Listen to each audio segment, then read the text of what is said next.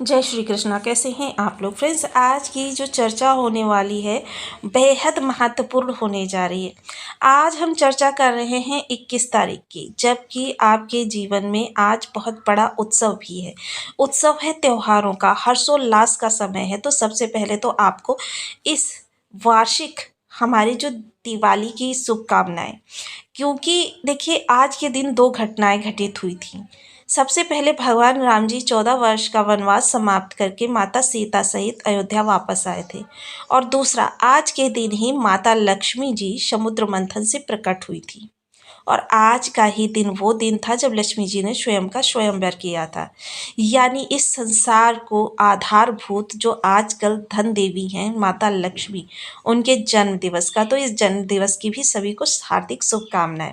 आइए चर्चा को आगे बढ़ाते हैं, क्योंकि इस त्यौहार पर माता लक्ष्मी के जन्म दिवस के अवसर पर भगवान राम के अयोध्या आने पर ब्रह्मांड ने भी, क्योंकि देखिए ग्रहों की जब स्थितियां उच्च होती हैं तभी देवी देवताओं के महत्वपूर्ण कार्य होते हैं। और ये तब से विधान चला आ रहा है कि ग्रह पूरा वर्ष किसी भी विषम परिस्थिति में हो, लेकिन इस समय पर आकर ग्रहों के कुछ ऐसे अनुकूल योग बन जाते हैं कि जिसकी वजह से व्यक्ति विशेष के लिए भी उल्लास का समय प्रादुर्भाव हो जाता है।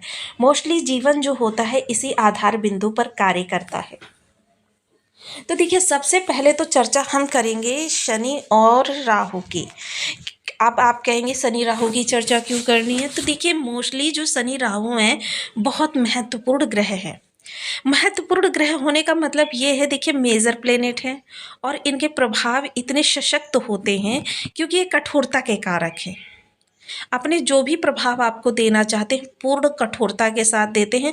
और देखिए इन कठोर लोगों के साथ में मनुष्य भी अगर कोई कठोर है, अपने धर्म के प्रति अडिग है, तो फिर आप उसमें भी कठोरता देखते हैं। शनिदेव जी के साथ ऐसा ही है कि शनिदेव देखिए अपने नियमों के बहुत ज़्यादा पाबंद हैं, बहुत नियम के पक्के हैं। तो ऐसी स्थिति में इन ग्रहों का उत्तम स्थितियों में आना ही आपके लिए बहुत बड़े राजयोग को निर्मित कर रहा है। ऐसा राजयोग जो कि समझ लीजिए कि इस समय मित्रवत व्यवहार करते हुए देखे जाएंगे ग्रह, क्योंकि यह 2 से 3 दिन का समय जो होगा वो आपके लिए बहुत ही उत्तम कहा जा सकता है। सबसे पहले इस समय आप काफ़ी प्रफुल्लित रहने वाले हैं, क्योंकि इस समय आपका जो ग्रह है, महत्वपूर्ण ग्रह जिसे स्विच कहा जाता है, यानी चंद्रदेव महाराज आपके लग्न को ही प्रबल करने में बहुत महत्वपूर्ण योगदान देने जा रहे हैं। अब यह आप पर डिपेंड करेगा कि आपके जीवन में स्थितियां कितनी सुदृढ़ हो रही हैं, क्योंकि देखिए ये महत्वपूर्ण समय शनि राहु की वजह से हो रहा है। क्योंकि मोस्टली देखिए जब व्यक्ति जन्म लेता है उसी समय से उसे डरा दिया जाता है, अरे रे इस व्यक्ति के ऊपर शनि का प्रकोप है, इस व्यक्ति के ऊपर शनि की ढैया चल रही है, इस बच्चे के ऊपर ऐसा है वैसा है, शनि का दान करिए, शांति करिए। लेकिन मोस्टली कभी ये नहीं बताया जाता कि शनि राहु कठोर प्लेनेट हैं, तो ये नियमों के भी पक्के हैं। अगर इनके नियमों को समझते हुए हम कार्यों को जीवन में करें तो हमको कभी भी इनकी निगेटिविटी नहीं व्याप्त करेगी। इनकी निगेटिविटी इसलिए भी बड़ी होती है कि देखिए जब भी शनि या राहु कोई दुर्योग निर्मित करते हैं तो अन्य जो राजयोग बनते हैं वह मोस्टली पहले उस दुर्योग को समाप्त करने में लग जाते हैं। क्योंकि जब ग्रह आपको सुख देगा तो वो चहुं ओर से देगा। सबसे पहले जब ये शनि राहु का दुर्योग समाप्त होगा, क्योंकि शनि राहु इतनी बड़ी नकारात्मकता दे सकते हैं जितनी हम कल्पना भी नहीं कर सकते। तो ऐसे में जो अन्य राजयोग बनते हैं वो पहले इन दुर्योगों को समाप्त करने में लग जाते हैं, और जब इन दुर्योगों को समाप्त कर देते हैं तब आपके लिए लाभ की स्थिति को उत्पन्न करते हैं। अब शनि राहु जो है महत्वपूर्ण प्लेनेट भी हैं, क्योंकि इनका जो प्रत्येक कार्य है वो आपके लिए बहुत ही कह सकते हैं कि चीज़ों को अनुकूल करने में या प्रतिकूल करने में अहम किरदार निभाता है। तो आइए चर्चा को आगे बढ़ाते हैं और इसके बारे में विस्तार से जानते हैं कि इस त्योहार पर आपके साथ क्या होने जा रहा है और क्या आपके लिए सुखद स्थितियाँ निकल कर आने जा रही हैं। तो बने रहिए हमारे साथ इस वीडियो में एंड तक, आपको बहुत कुछ जानने के लिए मिलेगा। वीडियो बहुत ज्ञानवर्धक होने वाला है। यदि आपके लग्न में 12 नंबर बना हुआ है तो राशिफल आपके लिए। यदि कुंडली में कहीं भी चंद्रमा के साथ 12 नंबर बना हुआ है तो राशिफल आपके लिए। कुंडली ना होने की स्थिति में आप इसे नाम राशि से भी देख सकते हैं। यदि अभी तक आपने अपने इस चैनल को सब्सक्राइब नहीं किया है तो प्लीज़ सब्सक्राइब कर लीजिए वीडियो को लाइक कर दीजिए, चैनल को शेयर कर दीजिए। इससे होगा क्या कि हमारे आने वाले हर वीडियो की नोटिफिकेशन मिल सकेगी आपको सबसे पहले। एक प्यारा सा कमेंट करना बिल्कुल ना भूलें। कमेंट से हमें बहुत मोटिवेशन मिलता है, हौसला मिलता है और ये पता चलता है कि आप और क्या जानना चाहते हैं। तो बेहद महत्वपूर्ण समय इस समय पर आ गया है जब शनि और राहु दोनों का आपको सात्विक प्रभाव मिलने जा रहा है। सबसे पहले इस कड़ी में चर्चा करनी पड़ेगी गुरुदेव की। गुरुदेव देखिए जो पंचम भाव में विराजमान है। पंचम भाव में गुरु का विराजमान होना यानी पूर्व जन्म के संचित शुभ कर्मास का फल आपको प्राप्त होना, यह सबसे महत्वपूर्ण है। इस समय घटनाएं अचानक घटित होंगी क्योंकि पूर्व जन्म के शुभ कर्मास अचानक आपके सामने आएंगे। कुछ ऐसी दिशा में जहाँ के लिए आप एक्सपेक्टेशन कर रहे होंगे लेकिन अभी तक कार्य नहीं हो पा रहा होगा। कुछ ऐसी दिशा से जहाँ पर आपका कोई मंतव्य ही नहीं होगा, मतलब आपके लिए पॉजिटिविटी, क्योंकि गुरु सिर्फ पॉजिटिविटी के कारक हैं, निगेटिविटी से इनका कोई संबंध नहीं है। गुरु की दृष्टियां भी अमृतमयी हैं, तो गुरु की दृष्टियां सबसे पहले भाग्य को प्रबल करेंगी, उसके बाद लाभ को बढ़ाएंगी और उसके बाद आपको सुखी प्रसन्न करेंगी। और इस समय अगर मैं कहूँ एक तरीके से गज केसरी राजयोग भी आपको प्रभावित करेगा तो यह गलत नहीं होगा, क्योंकि चंद्रदेव यहाँ से बैठकर सीधे आपकी लग्न पर दृष्टि डालेंगे, यानी कि गुरु की भी दृष्टि और चंद्र की भी दृष्टि आपके लग्न पर जा रही है, जिसकी वजह से यह समय आपके लिए काफ़ी हर्षोल्लास भरा हुआ रहेगा।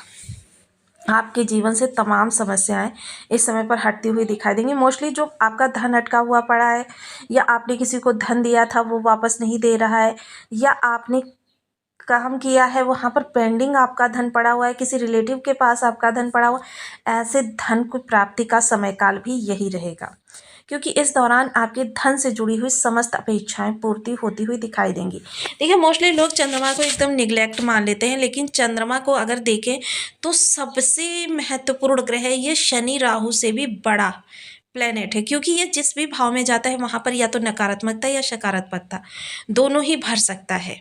क्योंकि अगर चंद्रमा सही होगा तो वहाँ पर हो रहे दुर्योग को कम करने में आपका सहायक होगा, जिस भी भाव में जाएगा वहाँ से संबंधित दुर्योग को हटा देगा। लेकिन अगर चंद्रमा खराब है तो जिस भाव में जाएगा तो उस भाव में शुभ ग्रहों को भी दुर्योग से भर देगा। और तभी क्या होता है, जब चंद्रमा जाता है तभी वहाँ से प्रभाव मिलने होते हैं बड़े वाले। तो ऐसी स्थिति में देखिए चंद्रमा बहुत महत्वपूर्ण किरदार प्ले करता है। हालांकि देखिए इस दौरान आपको थोड़ा सा विस्तोष भी व्याप्त करेगा, लेकिन देखिए मन में दृढ़ता और एक संकल्प, दूसरा क्या है कि आपको आत्मविश्वास बनाए रखना है, क्योंकि विषदोष क्या होता है, इसका सीधा असर जो होता है आपकी मन स्थिति पर पड़ता है। वैसे कुछ जो ज्योतिष के मर्मज्ञ हैं उन्होंने विष दोष को एक दुर्योग की श्रेणी में भी रखा है, और दूसरे मर्मज्ञ ने इसे बहुत श्रेष्ठ माना है, क्योंकि जिस तरीके से अर्धनारीश्वर रूप होता है उसी तरीके से इस विष दोष को भी माना जाता है। कि देखिए मोस्टली ग्रहों को जब ये ज्योतिष शास्त्र की संरचना हो रही थी, ये सप्तम भाव जो है आजकल हम कहते हैं शत्रु भाव है, हर भाव से भाव, देखिए सप्तम भाव हमेशा शत्रु भाव होता है। लेकिन मोस्टली क्या होता है, हम इसे समझते नहीं हैं, क्योंकि देखिए सप्तम भाव जीवन साथी का भाव भी होता है और शत्रु भाव भी होता है, यानी एक के अंदर जो कमियां हैं उनको पूर्ति करने का कार्य दूसरा करेगा। इस आधार पर इस ज्योतिष के सप्तम भाव की रचना हुई थी, और सप्तम भाव की रचना जीवन में बहुत महत्वपूर्ण भी होती है। बड़े बड़े ऐसे कार्यों को आपके करने में सक्षम होती है जो आपके कार्य स्वयं के द्वारा नहीं हो पाते हैं। ऐसे में देखिए सामने वाला जीवन साथी जो आपका होता है वह आपके लिए काफ़ी लाभप्रद हो सकता है। चर्चा चलती है शनिदेव की, क्योंकि देखिए चंद्रदेव यहाँ से बैठकर शनिदेव पर सीधे दृष्टि डालेंगे, तो ऐसे में देखिए शनि के प्रभाव तो एक्टिव होंगे ही, लेकिन क्या है कि आपकी मन स्थिति थोड़ी सी डगमगाएगी, आपको थोड़ा सा कहते हैं ना कि रोकेगी कार्यों को करने के लिए। देखिए एक तो ये होगा कि वर्कलोड आपका कम नहीं हो सकता, क्योंकि शनि लग्नगत बैठे हैं, तो ऐसी स्थिति में आप स्वयं ही अपने लिए काम बढ़ाते हुए देखे जाएंगे। तो ऐसे में क्या है कि थोड़ा सा स्वास्थ्य का विशेष ध्यान रखना है। इस समय हो सकता है आपको थोड़ा सा सर्दी जुकाम वगैरह परेशान करे, इससे भी आपको थोड़ा सा बचना है। मोस्टली इस समय जो ये प्रदूषण वगैरह है इससे भी बचना है, जितना हो सके उतना देखिए आप जितना ध्वनि प्रदूषण, इन्वायरमेंट प्रदूषण, इन चीज़ों से बचे रहेंगे, उतना देखिए आपके लिए और समाज के लिए, दोनों के लिए अच्छा होगा।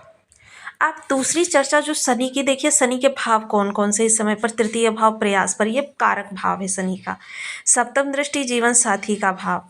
शुक्र पर दृष्टि यानी शुक्र के प्रभाव को इन्हेंस कर रहे हैं। दसम दृष्टि कर्म भाव पर, कर्म को इन्हेंस कर रहे हैं। अब मोस्टली जैसे कि हमने देखिए बताया कि चंद्रमा के प्रभावों को एक्टिव करना। अब चंद्रमा को हम शुभ किस तरीके से कर सकते हैं। सबसे पहले ओम सोम सोमाय नमः इस बीज मंत्र का 1 माला, 2 माला, 5 माला, 7 माला, 11 माला का जब नियमित अपनी शुद्धानुसार करना प्रारंभ करें। दूसरा क्या है, देखिए आप पूर्णमासी का स्नान करना प्रारंभ करें। आप पूर्णमासी का व्रत कर सकते हैं, सोमवार का व्रत कर सकते हैं, भगवान भोलेनाथ जी की आराधना कर सकते हैं। जितनी ज़्यादा आप भगवान भोलेनाथ जी की आराधना करेंगे, उतना ज़्यादा आपको लाभ प्राप्त होगा। दूसरा क्या है कि आप पूर्णमासी के चंद्रमा को दीपदान अवश्य करें, और चंद्रमा की रोशनी में बैठकर, चांदनी में बैठकर आपको ओम सोम सोमाय नमः इस बीज मंत्र का जितना ज़्यादा जप कर सकते हैं। अगर आप मात्र पूर्णमासी को चंद्रमा की चांदनी में बैठकर 11,000 बार ओम सोम सोमाय नमः का जप कर लेते हैं, तो आपके चंद्रमा 1 माह के लिए रिचार्ज हो जाते हैं और 1 माह आपके लिए पॉजिटिव प्रभाव लेकर आते हैं। तो मुझे लगता है ये बहुत अच्छा उपाय है, लेकिन 11,000 की संख्या थोड़ी बड़ी संख्या होती है। जो लोग जाप वगैरह पर नहीं बैठते हैं, उनके लिए थोड़ी सी परेशानी हो सकती है। वहीं खीर का दान करना पूर्णमासी के दिन या सोमवार के दिन बहुत अच्छा रहेगा चंद्रमा को उत्तम करने के लिए। सफ़ेद वस्तुओं का दान करना। सबसे अच्छा उपाय मैं बताती हूँ कि अपने माता को नित्य चरण स्पर्श करके तभी कोई कार्य शुरू करें। घर से बाहर जा रहे हैं, माता के चरणों को हाथ लगा लीजिए। माता की अनुकंपा प्राप्त करते रहिए, माता को गिफ्ट वगैरह देते रहिए। माता जो होती हैं चंद्रमा की कारक